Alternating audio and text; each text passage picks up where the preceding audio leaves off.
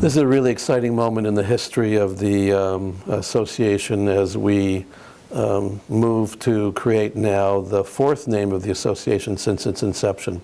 So 3 times before we've changed the name of the association actually over the course of almost 60 years, and those changes in name have reflected changes in our understanding of people with intellectual disabilities or developmental disabilities and societal changes. And so the language we used at one point in time to describe someone with developmental disability is now language that's considered to be insulting and hurtful.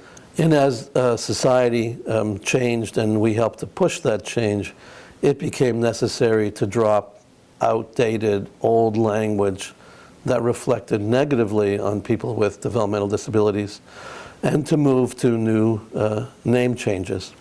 And the last name change, which is at least 30 years, or more than 30 years old, I'd say today actually, which is the Alberta Association for Community Living, is rooted in Canadian history when we began to close institutions and move people back to the community.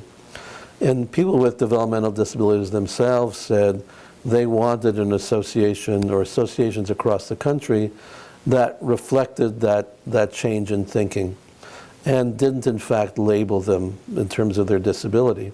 And so they were the ones who in fact argued for, advocated for, and were successful in getting associations to call themselves associations for community living.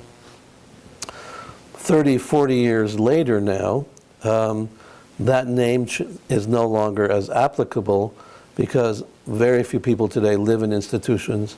Most have closed. Very few people are going into them, if anybody.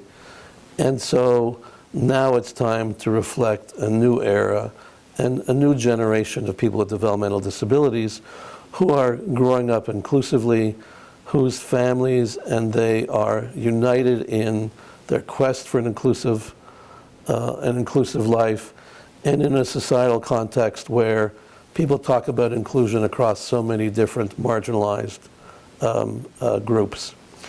And so today, we now are Inclusion Alberta, which is a much more current reflection of our work, of our desire to see an inclusive life for people with developmental disabilities and their families. And I think in many ways is a more aspirational name in the sense that we don't have fully inclusive society at this point in time, and that what we aspire to is advancing inclusion, across the lifespan and across all community sectors.